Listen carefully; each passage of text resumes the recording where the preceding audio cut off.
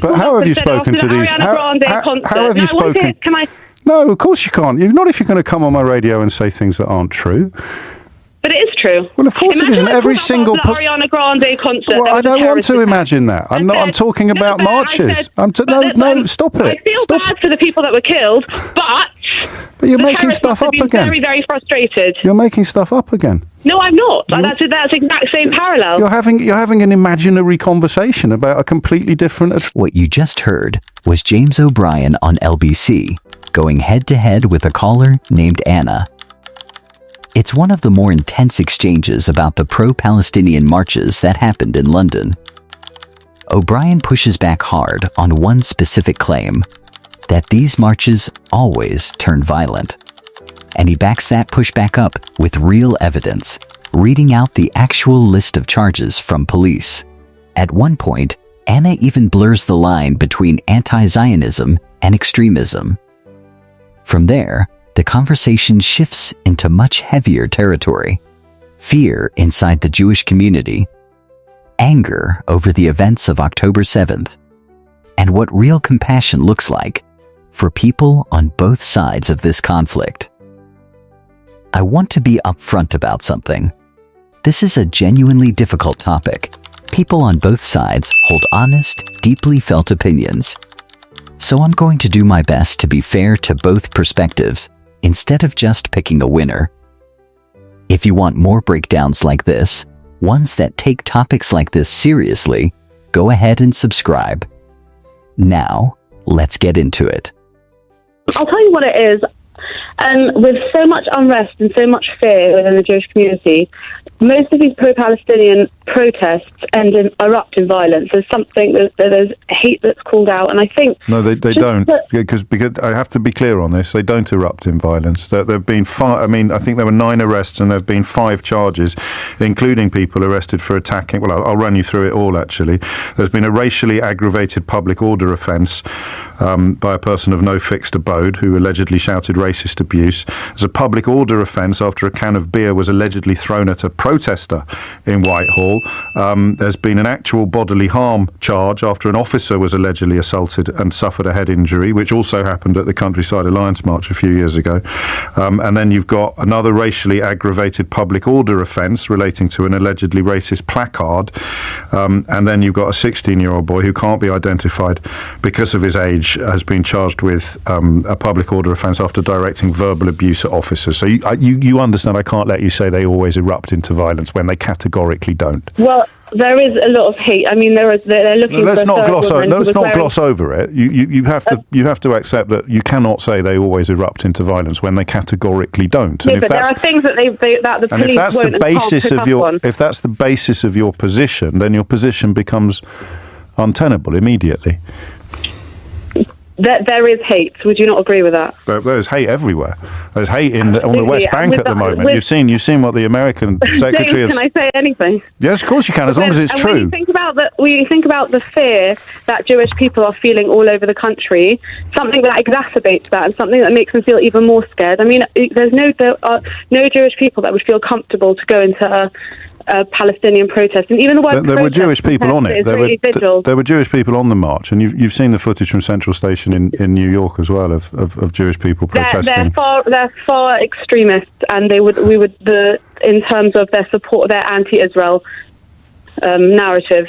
But if the fact is that people would be scared to go to a protest like that, whereas in direct contrast to that, the Israeli... Again, I'm sorry you feel I'm interrupting you, but if you say things that aren't true, I have to. There were Jewish people on the march on Saturday. Okay. But the majority... So they wouldn't be... You can't say they'd be scared to go, can you? It is very scary. No, I'm not disputing that you're scared. I'm just disputing your claim that it always erupts into violence and that Jewish people would be too scared to attend to demonstrate their sympathy for Palestinian people being killed. Because neither of those things are true. No, what I'm not saying is that people can't march in solidarity, but the fact is it's a protest which ends up often being anti-Israel. There were 3 women who were wearing pictures out of 100,000 people. That's not the point. The point is of course it's the point. Fear. Of course it's the point, because you can call those people hateful, you can call those people insightful, but you can't call the march a hate march. because of what Do you 3 hear a women difference did. between a march and a protest rather than a vigil or like solidarity? There's a big difference. Well, you can call it whatever One you ends want. up with hate. No, but there is a difference. You can't dispute that. I can dispute anything I want. Standing peacefully in vigil and market and thinking about the people that the victims, etc. And absolutely, I think no one wants So to it's the see fact that any they're walking. innocent civilians. It's the fact that not they're walking. It's a much angry. It has a much angrier tone. Well, there is huge anger about all the Palestinians being killed, just as there was huge anger about all the Israelis killed on October the 7th. You must have been angry. Anger. You must have been angry. I was devastated. Okay. It was heartbreaking. Well, I was angry. There's a very different. Well, there's a very different. I was very, very angry. I don't know if you heard the show. I was absolutely livid. Yeah, but what were you angry about? The murder of 1,400 Israelis. But was that anger directed at the horrific terrorists? Of course it was. Was that compassion and devastation for the victims? It was both. Unthinkable, unjustifiable, intolerable were the words that I used to describe what Hamas had done. Heartbreaking, utterly, utterly devastating were the words that I used to describe the victims. So why can't people? Why can't people be angry? Why can't people be angry about Palestinians being killed as well? I just want to shout out that the first day that you did your show, it was brilliant. You were really compassionate, really kind, really sensitive, absolutely. And really angry. Yes, but I think there's more anger. What does I mean? It's about compassion and being devastated. Anger being angry. Doesn't necessarily do something. And being angry. So if I'm allowed to be angry about the killing of Israelis, why can't I be angry about the killing of Gazans? Why can't people march in anger at the killing of Palestinians? It's about compassion. That's the difference. Okay.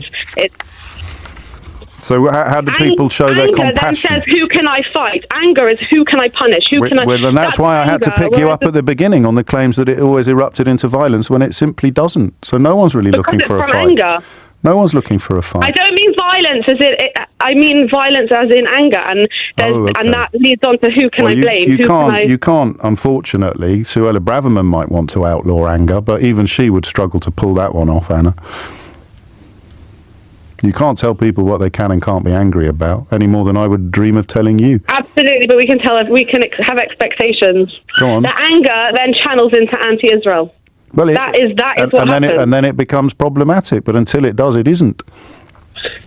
But when you say anti-Israel, you could say anti-Israeli army, anti-Likud. But that's not true. Well, I don't know that you can read the minds of everybody. Very interesting. I don't know if you've looked at the works of the late Rabbi Lord Jonathan Sachs.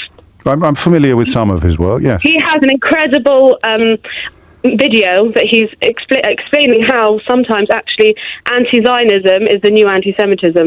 How it's changed over from the Middle Ages. You're going a little bit off message now because what we're talking. You're saying that it's not anti-Israel. It's also anti-Semitic. I'm not. I'm saying you can't read anybody's mind. There are plenty of people in Israel who've got huge problems with what is going on. Are they anti-Semitic? And that's what I believe Suella Braverman. Are they anti-Semitic? No, people can have issues with the policies. People can be angry about policies, and they can be Jewish, and they can be angry with Israeli policies, but you wouldn't dream of calling them anti-Semitic. But I haven't heard any pro-Palestinian march that's come out to condemn Hamas. Well, how much attention have you been paying? How many of them have you spoken to? Plenty. Really? Yeah, it's very interesting having conversations. But you were too frightened to attend. An excuse. You were too frightened to attend. I would never go to a protest. So when did you talk to them? Other people. So when did you talk to them? I've spoken to individuals. Yeah, when? With their opinions. When? Over the last couple of weeks. How? And there's always an excuse. But how have you spoken to these? How have you spoken? Can I? No, of course you can't. Not if you're going to come on my radio and say things that aren't true. But it is true. Well, of course it isn't. Every single Ariana Grande concert. Well, I don't want to imagine that. I'm talking about marches. No, stop it. I feel bad for the people that were killed, but you're making stuff up again. Very, very frustrated. You're making stuff up again. No, I'm not. That's exact same parallel. You're having an imaginary conversation about a completely different atrocity. No, but what I'm saying to you is the fact is that there needs to be condemnation. Just before you go, where is your expression? I know you would avail yourself of this opportunity, your compassion for the people being killed in Gaza now. Absolutely. I said that straight away. I said that earlier on. I said I do not want to see any innocent civilians, and it's horrific, and it's heartbreaking, and I read an article. So would you call for it to end then?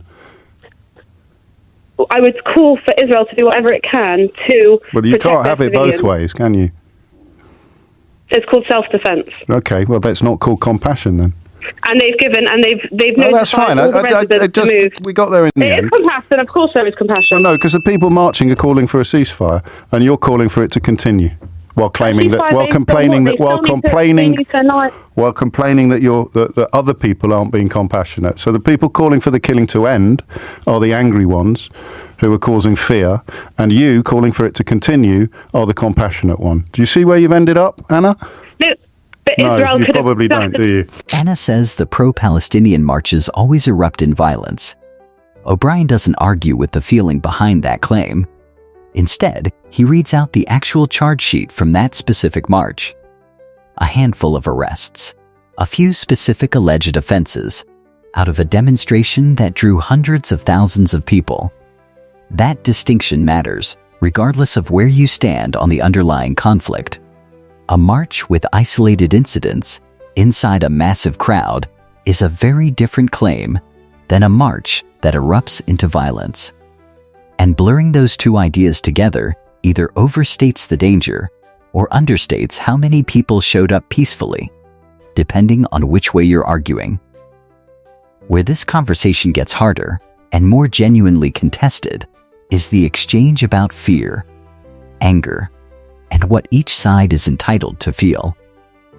Anna says Jewish people would feel unsafe attending a pro-Palestinian march. O'Brien points out that Jewish people were present on the march in question. In a nuanced sense, both things can be true. Some Jewish people did march in solidarity, and separately, other Jewish people report feeling unsafe given the atmosphere and some of the placards and chants reported at various protests. O'Brien's challenge to the blanket claim is fair, but it doesn't fully settle whether the discomfort some people describe is unreasonable. And that's a genuinely disputed question, with people on both sides holding sincere views. The anger versus compassion framing toward the end is worth thinking through carefully, rather than just accepting either person's version of it at face value. Anna says she's angry about October 7th and compassionate about Gaza. O'Brien pushes her to reconcile calling for Israel's military response to continue with claiming the moral position of compassion, all while framing marchers calling for a ceasefire as the angry, hateful ones. That's a sharp rhetorical move, and it does expose a real tension in her position. But it's also worth noting this framing treats a genuinely difficult foreign policy question as if there's only one compassionate answer.